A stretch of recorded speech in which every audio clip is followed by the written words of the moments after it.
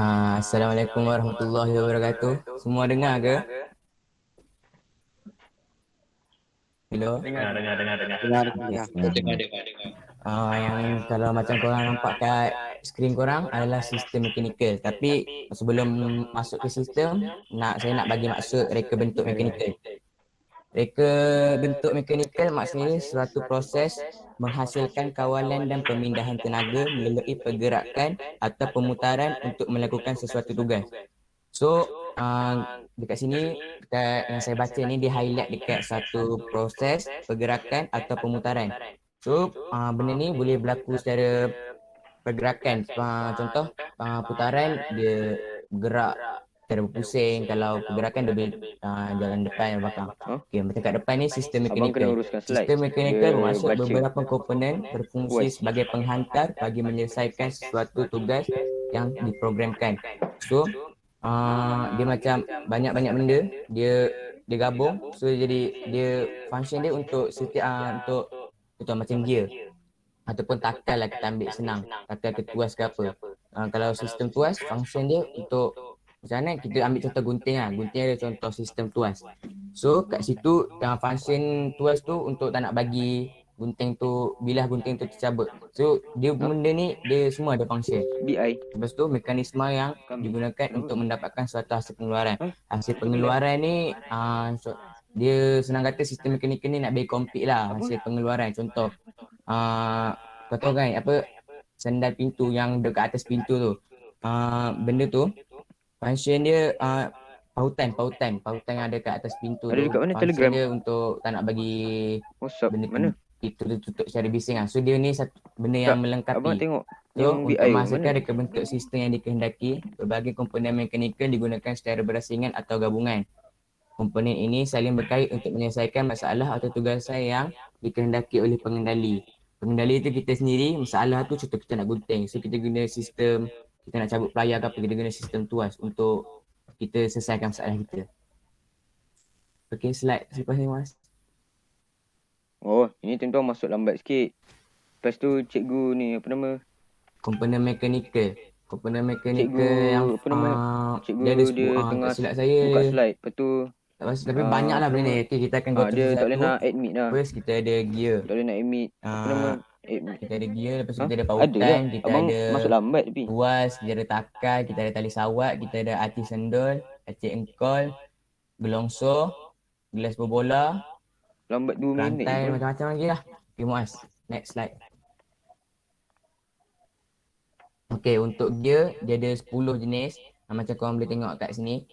Setiap gear ni fungsi dia lain-lain. Saya tak nak lah bincang pasal fungsi gear ni sebab nanti dia akan jadi panjang.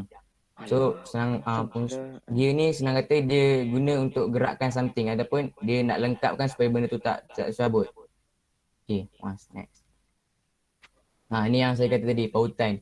Linkage, penghubung suatu komponen bagi melengkapkan sesuatu situasi. Dia kalau korang tutup pintu ke apa, kalau korang tengah marah, korang tutup pintu kan, dia akan jadi bunyi bising. So benda ni lah nak lengkapkan benda tu supaya dia tak bising. Okay. Lepas tu, tuas, tulis atau tuas ni. Tuas ni, senang korang fikir ada formula dia apa, FBD tak silap saya. Yang first, kelas dia ada 3 kelas. So kalau korang nak hafal, dia first kat tengah-tengah ada fulcrum. Tu F, first F, fulcrum. Tu sistem pertama. Yang kedua, untuk sistem kedua, beban. FB, B, beban. So beban kat tengah. Yang kelas ketiga pula daya. Daya tu kat tengah. So senang korang hafal benda ni je untuk hafal sistem tuli, tuas, sebagainya ni. Dia ada 3 kelas. F, B, D. Kelas pertama F, kelas kedua B, kelas ketiga daya. Takal adalah mesin ringkas terdiri daripada satu roda berputar pada ganda untuk menjadikan beban lebih ringan dan mudah untuk diangkat. Kalau kita pernah tengok benda ni, senang paling benda ni ada dekat perigi lah. Kalau korang tengok cerita-cerita movie mesti ada perigi yang dia ambil air dari dalam kan, dia tarik tali. Dia guna sistem takal sebenarnya. Okay, Mas. So tali sawat yang banyak digunakan dalam industri pemesinan, konveyor dan pada motosikal berkuasa besar, menghubungkan takal pemacu yang dipasang pada enjin atau motor elektrik dengan takal dipacu. So kalau selalunya takar dipacu lagi kecil daripada takar pemacu. Lepas tu tali sawat ni selalunya ada dekat motor-motor besar lah. Dia dia macam mana? Dia menghubung untuk gerakkan takar pemacu dengan takar dipacu.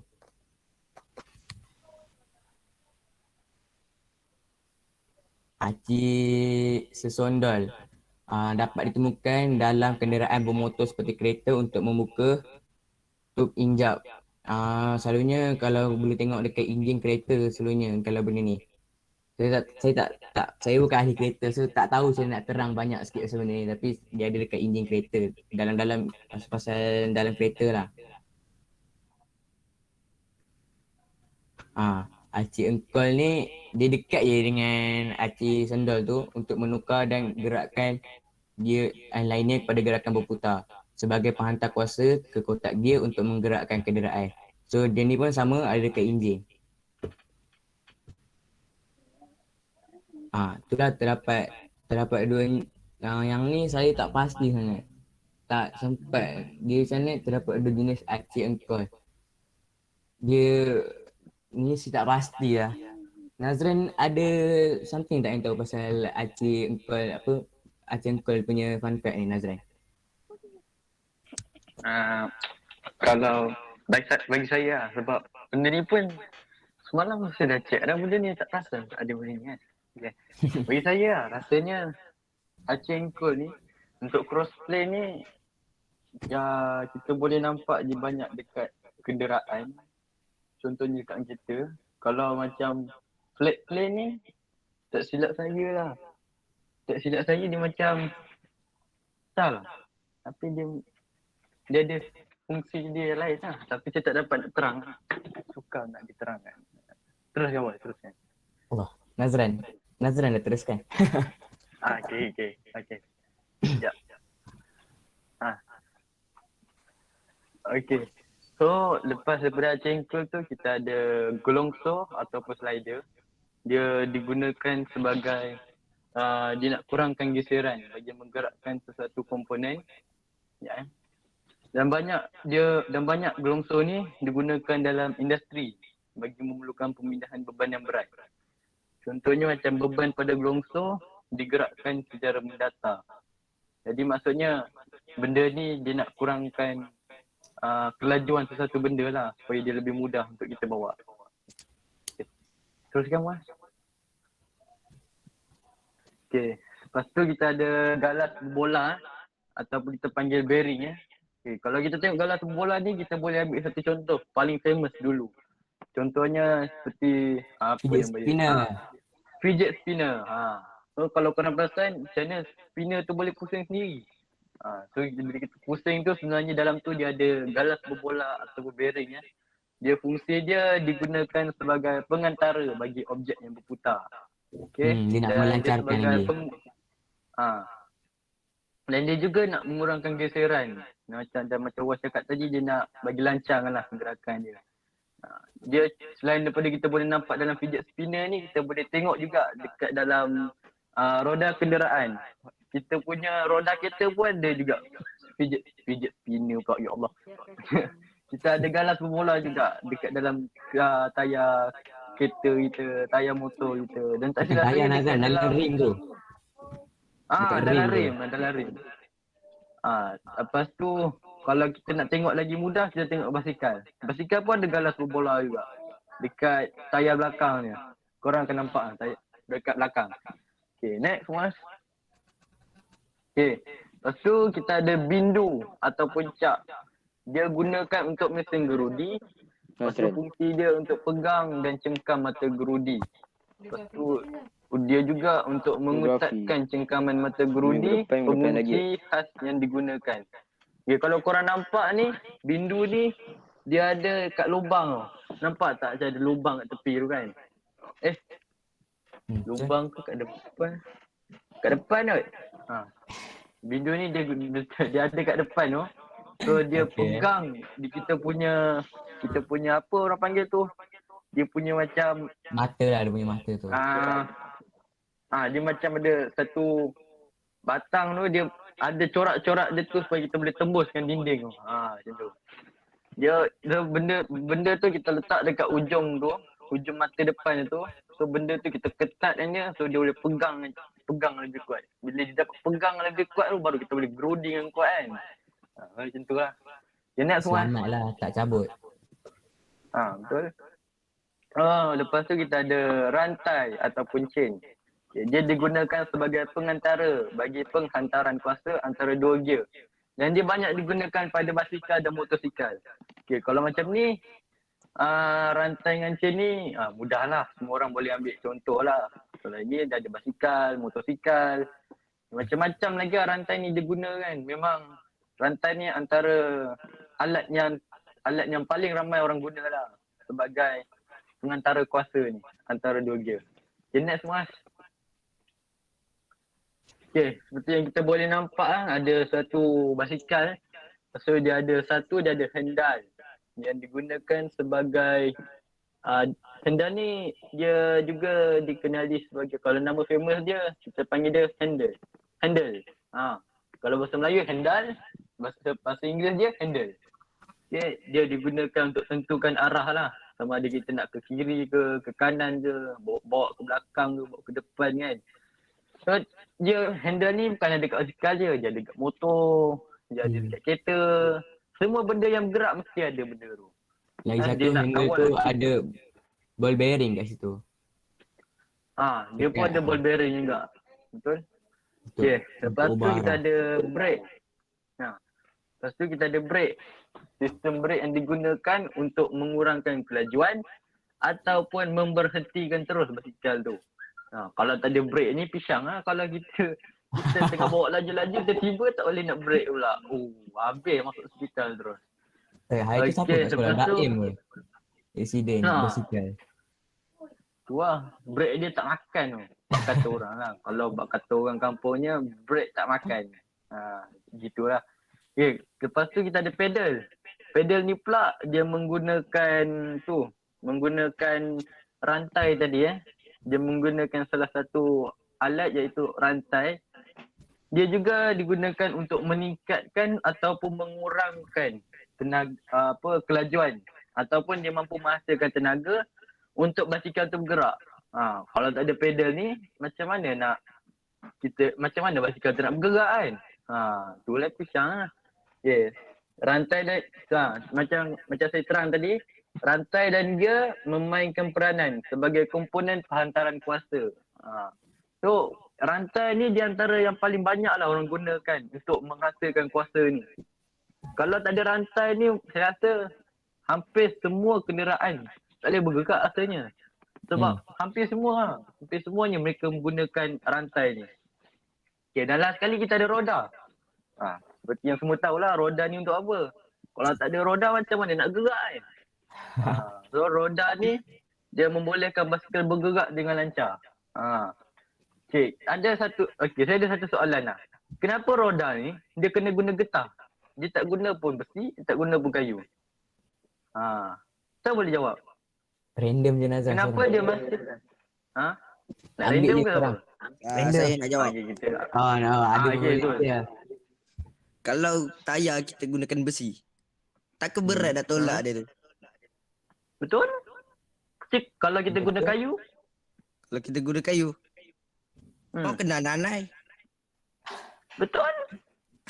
So, solusinya kenalah guna getah. Kita baca, kita kena faham juga apa fungsi dia. Okay, so roda ni fungsi dia untuk membolehkan basikal ni bergerak dengan lancar. So, apa yang digunakan? Galas berbola ataupun ball bearing. Nampak tak? Ada dua fungsi. Ada dua tempat yang Function. digunakan. Ada dua function ball bearing ni. Satu dia letak dekat handle. Satu lagi dia letak kat roda. Tak ke banyak. Okey. So galas berbola ni terletak pada roda yang membenarkan roda berputar dengan mudah. Okey. Next slide. Tak silap tu je. Tu je. Okey. So kalau kita boleh nampak tadi last tu basikal kan.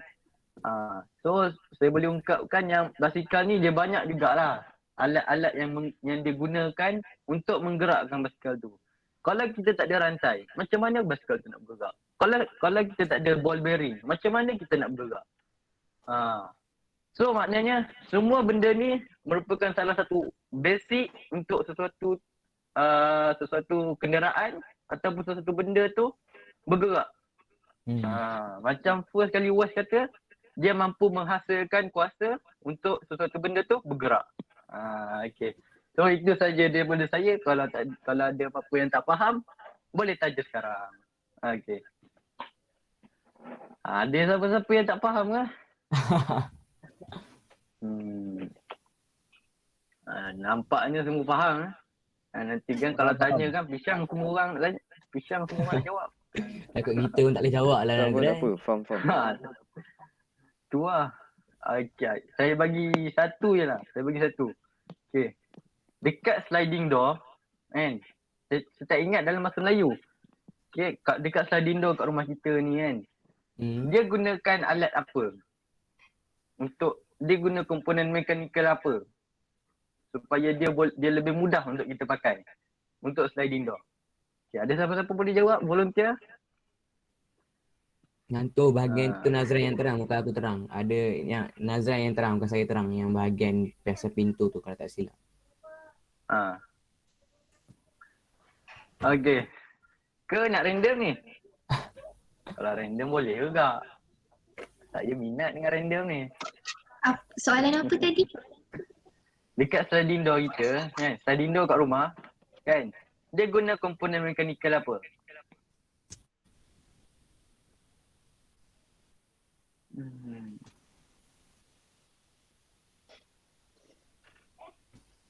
Dia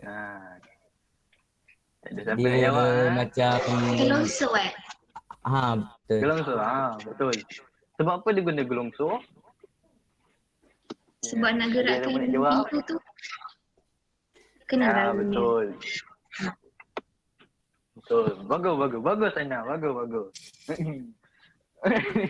Bagi hadiah lah Nazran. So, saya terangkan lagi sekali gelongso ni. Gelongso ni dia digunakan dekat sliding door tau. Sebab apa? Bayangkan kalau gelongso ni kita guna tali sawat. Macam mana kita nak buka? Kita kena tarik tali tu dulu baru dia boleh buka. Tak boleh. Sebab Betul. nanti dia membebankan kita. Tahu. Jadi nak senang, kita guna gelongso. Kita tolak untuk buka, kita tarik balik untuk tutup. Lepas tu last kali kita kunci. Lagi Mudah. satu, function gelongso ni untuk mengurangkan geseran pada sesuatu pergerakan. Tu first function betul. gelongso. Sebab tu dia guna untuk sliding door. Supaya dia pergerakan dia lancar. Betul? Ada lagi ke soalan? Wes nak tanya lagi soalan? Macam mudah nak tak tanya ada. soalan. Tak ada. Rasanya tu je kot daripada kita kan Nazran. Slide pembentangan orang lain dah pula kan? Allah.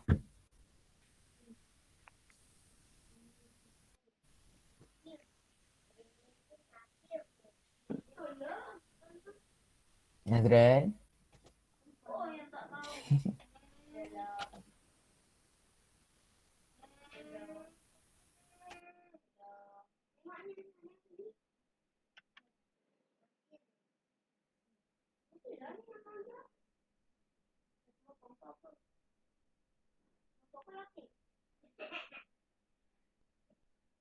Okay, sekian saja daripada kami daripada saya dengan Nazran untuk pasal mechanical punya bab. Boleh teruskan kepada bab yang lain rasanya.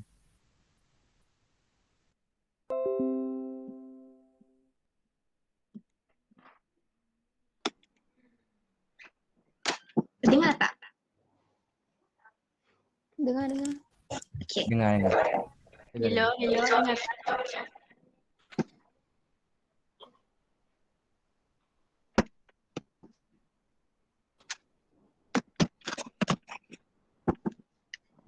Okay, Assalamualaikum warahmatullahi wabarakatuh.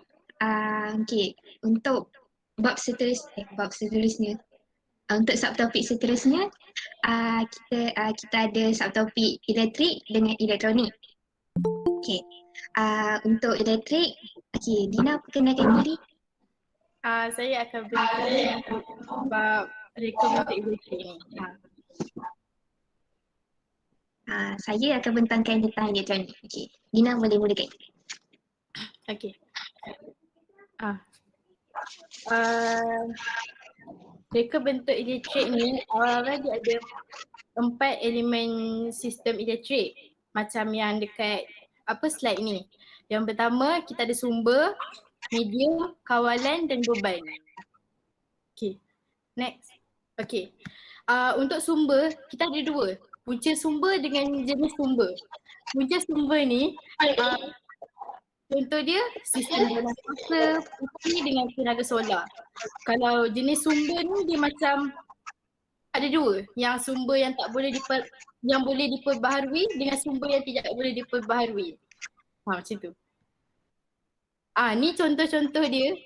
Korang bolehlah salin slide ni buat nota ke apa ke.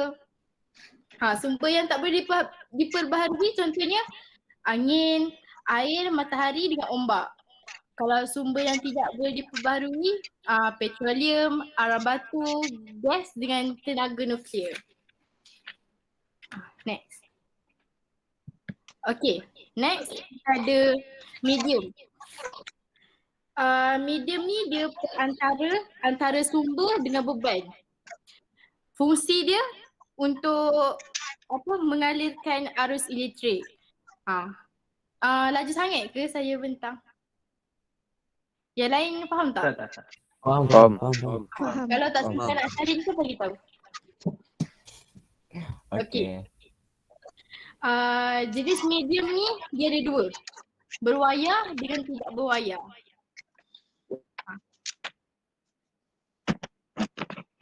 Terusnya kita pergi dekat beban. Beban ni dia alat yang melakukan tugas dan menggunakan tenaga elektrik.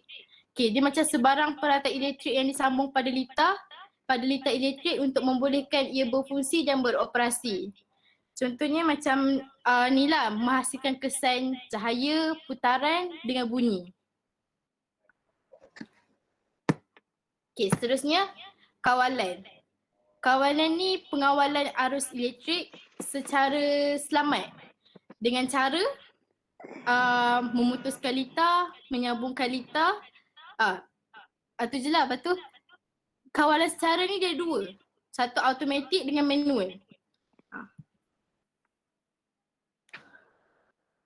Okay, seterusnya jenis-jenis arus. Jenis-jenis arus ni dia ada arus ulang alik dengan arus terus. Arus ulang alik ni dia macam voltan bagi arus jenis ini boleh dinaikkan dan diturunkan menggunakan transformer. Lepas tu penghantaran elektrik dilakukan dalam voltan yang tinggi supaya dapat merendahkan nilai arus. Macam arus terus ni pula dia mengalir sahala je dan dihasilkan daripada pelbagai sumber seperti bateri, sel solar dan dinamo jenis commutator. Next, aspek reka bentuk. Aspek reka bentuk ni kita kena ingat 3 je.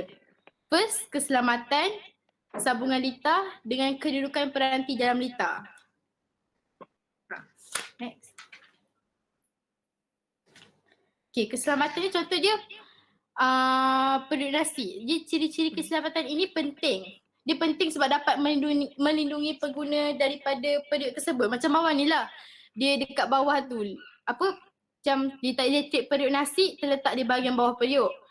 Kedudukan litar ni tersembunyi. Tidak dicapai tangan dan tidak terdedah. Tu pasal kita panggil dia selamat untuk digunakan. Dia melindungi keselamatan pengguna daripada terkena rejatan elektrik lah.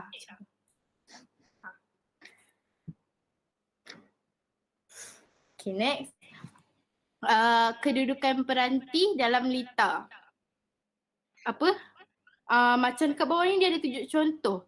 Sensor tekanan, sensor suhu dan elemen pemanas diletakkan bersama dengan litar elektrik. Tujuan dia untuk menjimatkan ruang selain menekankan aspek keselamatan. Lepas tu susunan litarnya kelihatan kemas dan menarik Dan last kali dia kata tujuan komersial.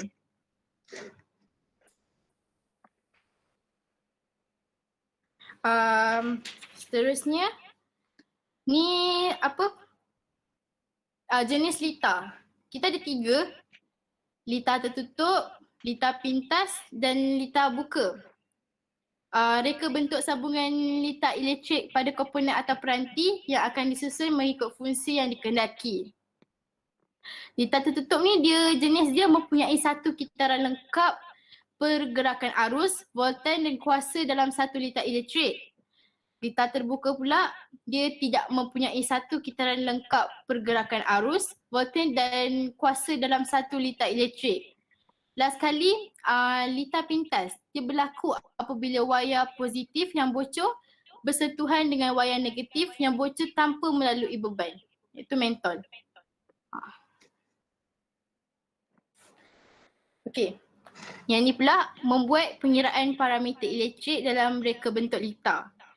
Yang pertama, parameter elektrik adalah seperti voltan, arus, rintangan dan kuasa. Yang kedua pula, hubungan voltan dan arus elektrik adalah berkadar terus. Yang ketiga, apabila voltan bertambah, arus elektrik pun dia akan bertambah. Dan rintangan dan arus elektrik adalah berkadar songsang. Dan sekali, rintangan bertambah, bila rintangan bertambah, maka arus akan berkurangan. Okey, yang ni saya serahkan dekat Aina untuk terangkan. Okey. Tadi Dina dah terangkan pasal pengiraan ni kan? Okey. Pengiraan ni kita kena menggunakan hukum Ohm. Untuk first kali untuk cari nilai voltan, dia punya formula V sama dengan I darab R. Okey. Untuk cari nilai arus, ampere, I sama dengan V per R. Untuk cari nilai rintangan, R sama dengan V per I. Dan untuk rumus bagi kuasa watt, P sama dengan V darab I. Okay, V ni apa? Okay, V ni voltan, I pula dia mewakili arus, dengan R mewakili rintangan. Lepas tu untuk P mewakili kuasa elektrik. Okay, tu untuk formula-formula dia. Okay, ni macam tiba-tiba je kan, tapi korang boleh tak sediakan sehelai kertas kecil pun tak apa dengan pensil nak bagi satu soalan untuk pengiraan tadi. Muaz boleh tak buka balik slide yang last yang pasal pengiraan? Kalau dah sediakan kertas tu, bagi tahulah cakap dah. Kertas kecil pun tak apa. Satu soalan je. Dah. Senang. Dah. Okay. Soalan dia, dalam sebuah lita lengkap, nilai arus dia, arus dia bagi 0.8 ampere. 0.8 ampere. Okey, nilai voltan dia 1.6 voltan. 1.6 voltan. Okey, soalan dia kira nilai rintangan. Dia nak tahu. Nilai arus 0.8 Dia ampere. tahu. Nilai voltan 1.6. Soalan kira nilai rintangan. Dia punya formula dah ada dekat slide.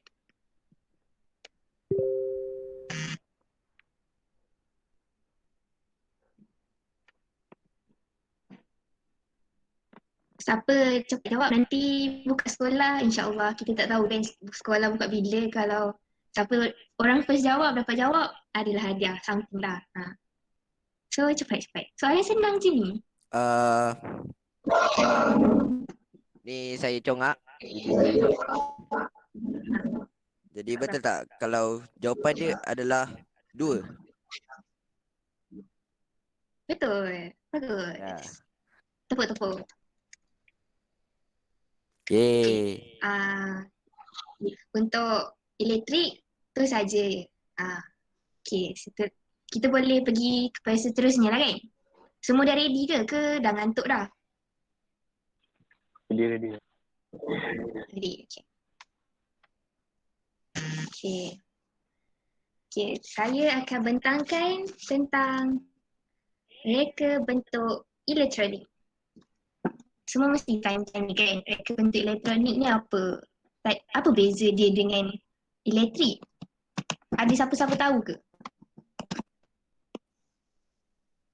Ke tak tahu lagi? Tak ada lah kan, okay. Okay, Tahu. reka bentuk elektronik. First, kita tengok dulu. Korang kalau, okay, sekarang ni lah kita tengah PKP kan. So kalau macam before COVID, siapa Muaz? Slide sebelum. Okay, kalau kita pergi mall kan, before masuk tu kan, kat pintu, ada pintu automatik. Pintu tu dibuka sendiri, dia tutup sendiri. Kita pun masa macam kecil-kecil pun main. Masuk keluar. Okay. Tapi korang pernah terfikir tak? Macam siapa yang kawal benda tu? Macam mana benda tu boleh terbuka sendiri apa semua? Okay. So, mula-mula kita pergi kepada, Muaz next slide. Kita pergi kepada mikro pengawal. Okay. Maksud mikro pengawal ini, peranti kawalan dalam satu chip. Okay.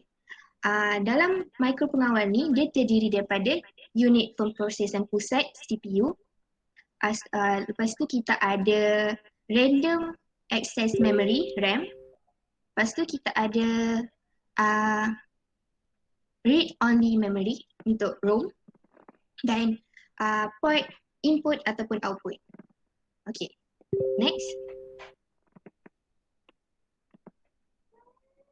Okay, tadi kita dah tahu pasal maksud mikro pengawal. Ni untuk mikro pemproses. Okay, maksud mikro pemproses, peranti pemprosesan mikro dalam satu chip. Okay. Untuk mikro pemproses ni, dia digunakan dengan bantuan chip-chip sokongan. Macam dekat korang tengok dekat yang putih yang ada gambar raja blok untuk mikro pemproses kat bawah tu, ada input, output, RAM dengan ROM tadi. Dan semua benda ni dihubungkan melalui sistem bus. Dan biasanya kalau macam mikro pengawal tadi, kita dapat tengok dekat pintu kan, pintu automatik dekat mall-mall tu. Tapi kalau untuk mikro pemproses, kita biasanya akan tengok dia dekat lab dalam komputer-komputer. Okay. Seterusnya. Okay. Bahagian yang terdapat pada mikro pengawal. Okay. Dalam mikro pengawal, kita ada 3 bahagian. Mula-mula sekali, input. Yang kedua, proses, iaitu terdiri daripada unit pemprosesan pusat, CPU. Dan yang ketiga, output. Okay. Seterusnya. Okay. Dalam input, dia terbahagi lagi kepada 2. Okay. Ada peranti input digital dan peranti input analog. Okay. Dalam peranti input digital, dia ada contoh 5 peranti untuk peranti input digital. Mula-mula korang boleh tengok untuk switch tekan. Switch tekan tu ada 2. Switch tekan tutup dengan switch tekan buka. Okay. Apa function switch tekan tutup dengan switch tekan buka ni? Okay.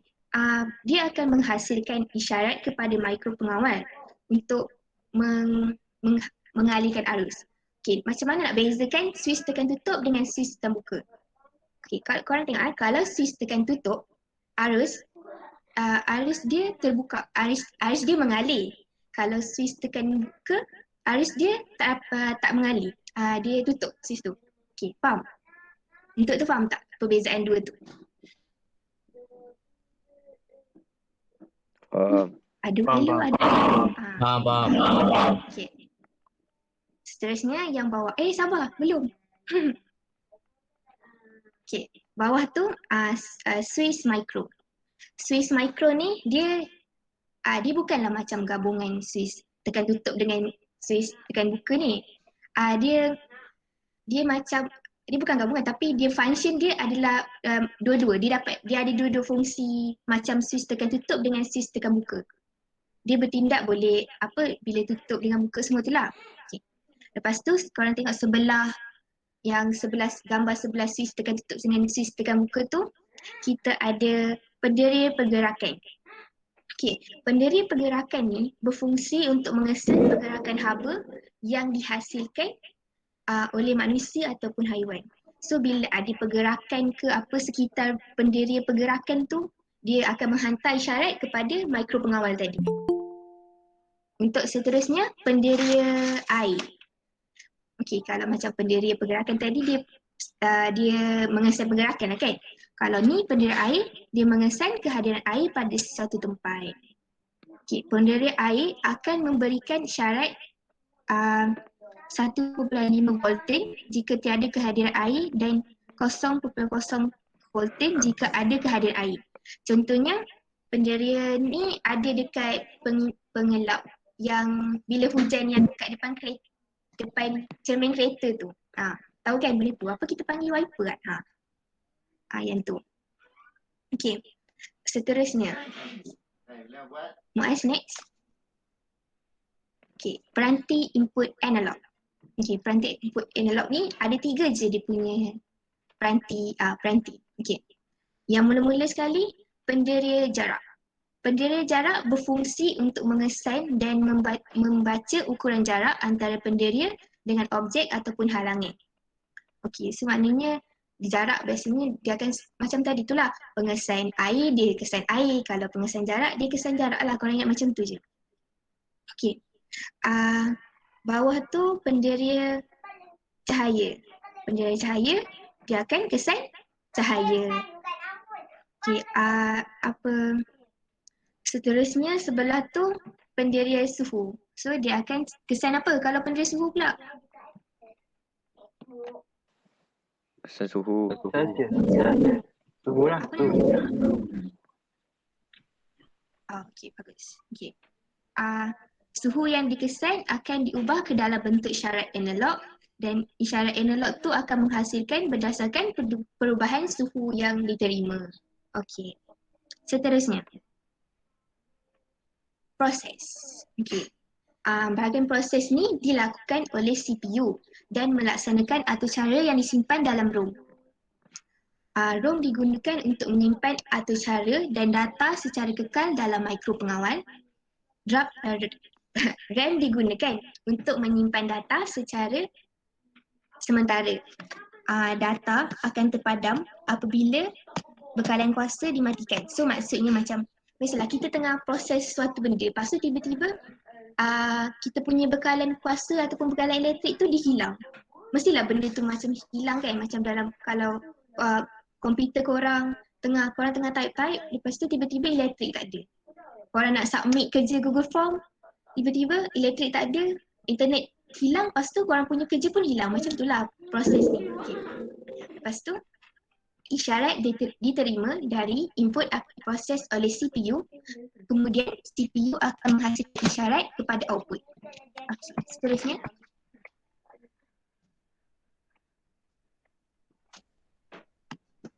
Muaz next. Okay, output. Okay, peranti output ni kita ada 5. Mula-mula kita ada diod pemancar cahaya. Fungsi diod pemancar cahaya ni adalah untuk mengeluarkan cahaya dan sebagai lampu perhatian. So macam kalau korang budak-budak korang tengoklah benda tu macam menarik, kecil, comel, nampak warna hijau, warna merah. So lepas tu ada cahaya lagi nampak menarik lah kan. Okay, lepas tu kita ada belah kanan diod pemancar cahaya tu pembas. Okay, pembas ni apa? Pembas ni berfungsi dengan cara menukarkan gelombang elektrik kepada gelombang Ada bunyi kuasa. yang berfrekuensi tinggi. Okay. Untuk seterusnya kita ada geganti. Geganti digunakan sebagai Swiss kawalan litar berarus tinggi. Lepas tu kita ada motor arus terus. Motor arus terus pula akan berputar apabila arus elektrik yang melaluinya. So benda tu akan berfungsi bila ada arus elektrik je lah. Lepas tu last sekali kita ada lampu LED 12 voltage. Lampu LED 12 voltage ni berfungsi untuk mengeluarkan cahaya apabila arus elektrik melaluinya. So macam basically dia semua benda ni dia bila ada arus elektrik baru boleh berfungsi. Okay, seterusnya. Lakan gambar rajah blok. Okay. Biasanya macam Buka mic. seseorang bentuk tu dia bila dia nak bagi memudahkan pelanggan untuk memahami idea sesebuah reka bentuk yang dia nak hasilkan tu, dia kenalah macam dia boleh buat dua lakaran tau. Okey, lakaran yang pertama lakaran gambar rajah blok. Okey. Korang boleh tengok dalam lakaran gambar rajah blok ni kita ada input, proses dan output. Masa proses ni dia akan menerima bekalan kuasa. Okey. Seterusnya. Okey, kan tadi kita ada lakaran gambar rajah blok. Untuk macam yang reka bentuk menghasilkan lakaran reka bentuk ni, dia ada dua. Yang tadi dengan yang ni, lakaran reka bentuk litar sistematik. Okey, lakaran reka saya tersilap tulis. Lakaran reka bentuk litar skematik. Okey. Maaf, ada typo sikit. Okey. Lakaran reka bentuk litar skematik ni dia menggunakan simbol ataupun simbol komponen tau. So macam tadi yang lakaran gambar rajah blok dia hanya tulis input, proses dengan output. Tapi kalau untuk lakaran reka bentuk litar skematik dia lagi detail, tapi dia hanya menggunakan simbol komponen tersebut. So takkanlah dia macam lagi senanglah menggunakan simbol. Kalau tak guna simbol, takkanlah dia nak kena lukis satu-satu bentuk bateri, nak kena lukis suis, kan? Okay. Seterusnya. Okay, binaan papan litar. Okay, binaan papan litar ni kita menggabungkan beberapa komponen untuk menghasilkan beberapa komponen dengan mikro pengawal dalam satu papan litar. Okay. Beberapa komponen tu ada 10. Okay, yang pertama bateri 12 volten. Simbol dia kat sebelah tu ada kan, yang garis-garis tu. Fungsi dia membekalkan bekalan kuasa 12 volten. Yang kedua kita ada kapasitor, yang kedua kita ada diod. Okay, diod dia macam dia punya simbol ada macam anak panah. Fungsi untuk membenarkan arus elektrik mengalir satu arah sahaja. Yang ketiga, kapasitor berkutub 333 2F. Dia punya simbol lepas tu menyimpan dan membuang cas elektrik. Kejap. Saya rasa kalau saya seorang baca mesti semua ngantuk kan? Apa kata nak suruh Alah dia ni. apa baca?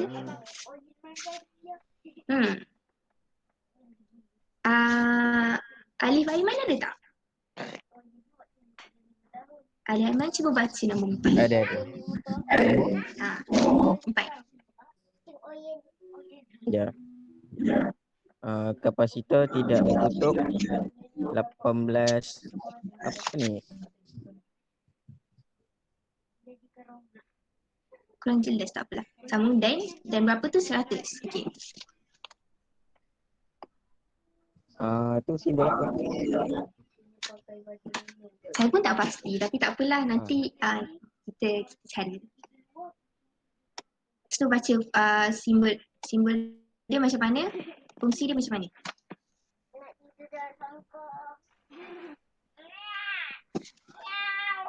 Simbol dia ada macam garis dua tu, fungsi dia untuk menyimpan dan membuang cas elektrik. Okey. Bagus. Okey. Nombor 5. Nak suruh Akif Hakimi? Ya, saya. Baca nombor 5. Nombor 5 Ha. Okey, nombor 5. Pengatur voltan 5V LM7805. Okey, simbol dia itu maksud simbol yang merendahkan nilai voltan daripada 7V hingga 20V kepada 5V. Okey.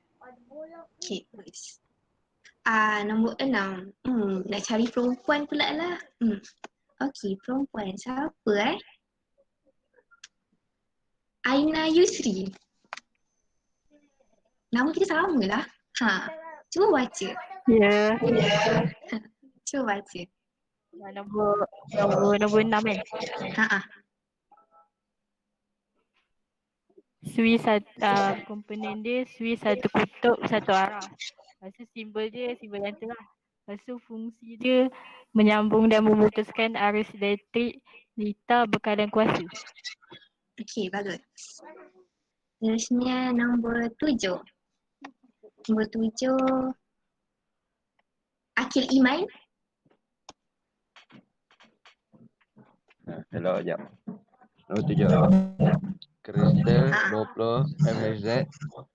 Simbol dia macam tu. Fungsi menjana jam. Clock. Okey, bagus. Nombor 8. Siapa Saidatul Syazwani.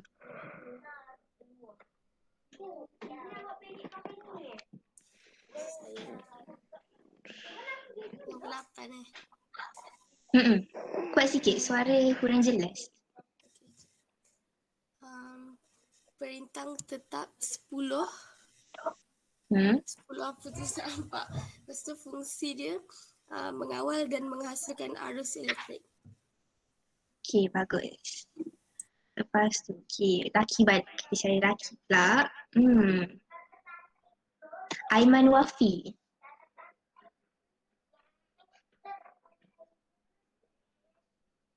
Aiman Wafi. Nombor 9. Switch teknologi menyambung dan memutuskan litar set semula. Okey, bagus. Terusnya last mode. Okey, siapa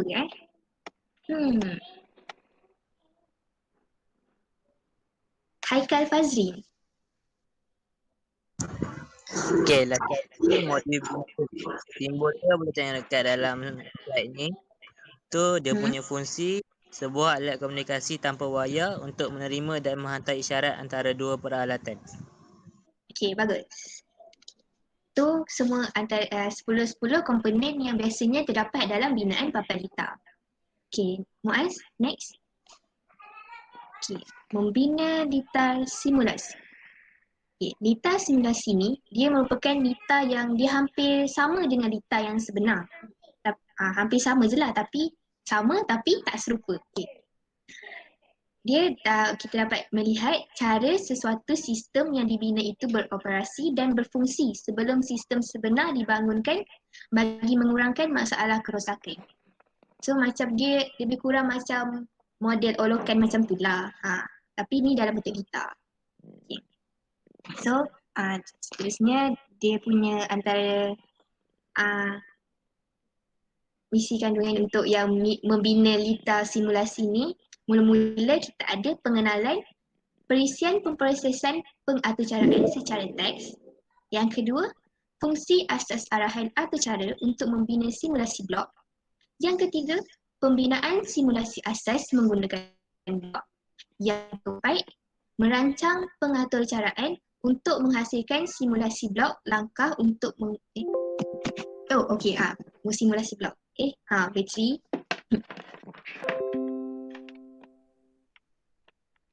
Okey, tak tu Mas.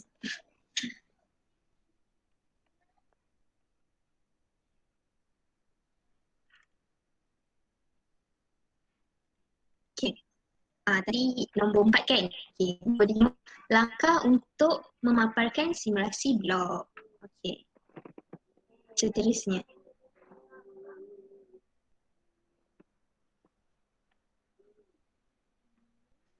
Okey, seterusnya membuat penyambungan litar input dan output kepada mikro pengawal. Okey. Untuk menyambungkan litar input dengan output kepada mikro pengawal ni ada beberapa langkah. Okay. Yang pertama, baca dan fahami lakaran litar skematik. Lakaran litar skematik ni kan yang ada lakaran dalam bentuk yang dia buat lakaran yang menggunakan simbol-simbol komponen tu je tu. Yang kedua, sediakan komponen, peranti, bahan dan papan litar yang diperlukan. Yang ketiga, bina litar input dan output. Yang keempat, sambungkan litar input dan output menggunakan wayar, pelompat dan soket pada papan litar. Yang kelima, pastikan litar input dan output dipasang pada plug yang betul pada papan litar. Dan yang keenam, semak penyambungan litar yang dilakukan itu berdasarkan lakaran litar skematik. Okay, next. Okay. Menulis pengaturcaraan mudah. Kan apa masa kita yang first tadi, masa micro pengawal, kan dia ada termasuk juga dengan pengaturcaraan. So pengaturcaraan ni apa? Maksud dia satu set tata cara arahan kepada micro pengawal untuk memproses isyarat input dan menghasilkan isyarat output untuk melaksanakan arahan. So maknanya basically dia punya ni, pengaturcaraan ni dia adalah satu bentuk arahan untuk sesuatu reka bentuk tu menjalankan tugas dia macam tu lebih kurang. So dia. Okay. Next. Membuat pengujian dan penilaian. Okay. Yang ni kalau kita, contohnya lah kan, kalau kita nak buat sesuatu reka bentuk tu, produk tu, kita kan tengok dulu before kita nak jual, kita tengok dulu benda tu function ke tak, dia boleh tahan lama ke tak, apa semua. So kita kenalah, dalam ni kita boleh buat 2 ujian untuk memastikan benda tu berfungsi dengan baik ataupun tak. Okay. Yang pertama kita ada pengujian. Okay, pengujian ni untuk memastikan penyambungan litar adalah betul dari segi keketuban dan keadaan komponen serta peranti yang digunakan berfungsi dengan baik. Yang kedua, penilaian. Penilaian dilakukan berdasarkan kefungsian litar elektronik beroperasi mengikut tujuan yang hendak dilakukan. Okay, next.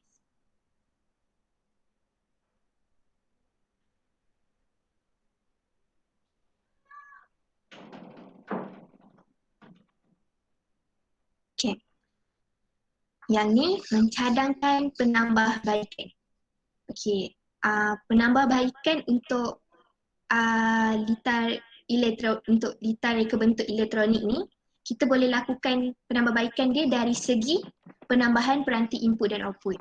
So macam kita boleh tambahlah switch tekan tutup tadi ke, switch micro ke, pendera pergerakan nak tambah dalam sesuatu reka bentuk tu. Kita boleh tambah penderia air. Kalau macam output kita boleh tambah penderia suhu apa semua tu untuk menjadikan litar tu lagi menarik, lagi bagus lah. Macam tu. Okay. Mas. Okay. Dah tamat. Okay, itu saja daripada saya hari ini. Terima kasih kerana mendengar. So semua setakat ni faham tak? Faham. Ada soalan? Tak ada. Tak ada. Tak ada. Tadi nama siapa yang belum kena sebut? Nak tanya soalan lah. Takif Haikal. Takif Haikal ada. Mana Takif? Takif? Nak tanya, micro pemproses dia biasanya kita tengok dia ada dekat mana? Kalau Takif tak dapat jawab, siapa? Allah Akbar. Siapa? Jawab. Pen jatuh. Okay. Kalau Takif tak dapat jawab, siapa nak tolong dia ke? Wes Musa. Tak. Random perempuan.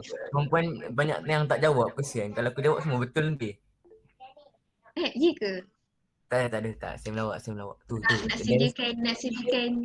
Nak sediakan satu soalan paling senang lah untuk buat. Ni jawab dulu. Takif dah ada jawapan ke? Kak Mak itu? Micro pemproses biasanya kita tengok dalam dekat mana? Dekat motherboard. Kat laptop. Dia jawab ke? Dah Miss Imran yang jawab. Oh, bagus. Okey. Uwais. Allah. Kita bagi soalan Tak, tadi line putus sikitnya. Ha, ya, saya. Cuba bagi Ele contoh betul peranti. betul. Astagfirullahaladzim. Cuba bagi contoh bagi satu macam sikit sangat, kita bagi dua lah. Bagi dua contoh peranti input analog. Senang je ni. Peranti input analog.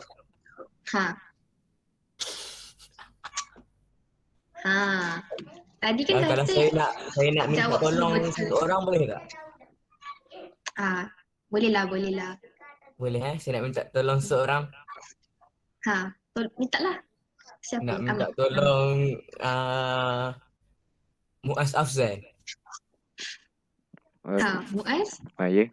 Tengok slide tadi Boleh Tengok jawab tak? tengok slide. Rasanya boleh. Sekarang jangan tengok slide. Tadi dah tengok kan Boleh. Apa? Dua contoh peranti input analog. Peranti input analog.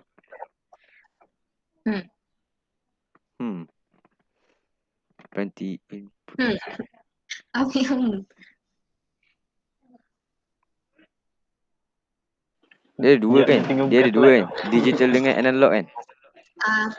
analog ada 3.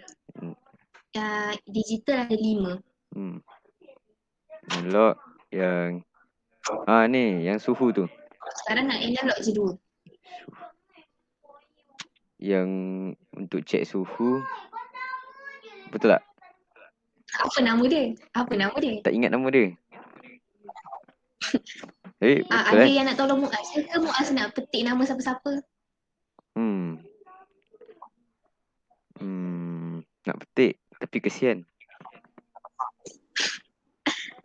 Petik je. Siapa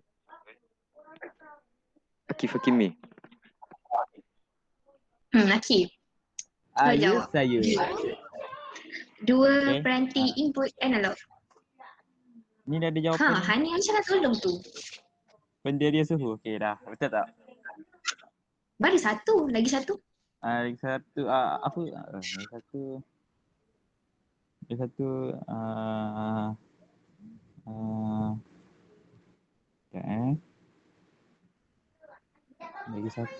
Haikal Fazrin. Lagi satu Haikal Fazrin. Penderia cahaya. Okey, bagus. Boleh tu jawab. Dah ingat penderia suhu. Ya, dia baru ingat.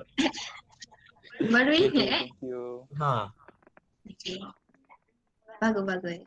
So, nampaknya macam semua faham lah kan? Okey. Itu saja daripada saya untuk hari ini. Okey.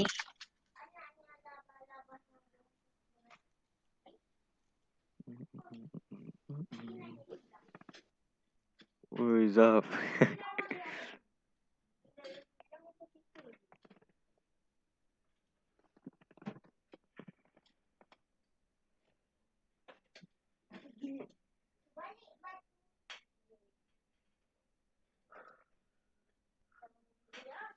Okey, terima kasih kepada yang berbentang tentang tadi. So kita akhiri majlis kita dengan tasbih kifarah dan surah Al-As.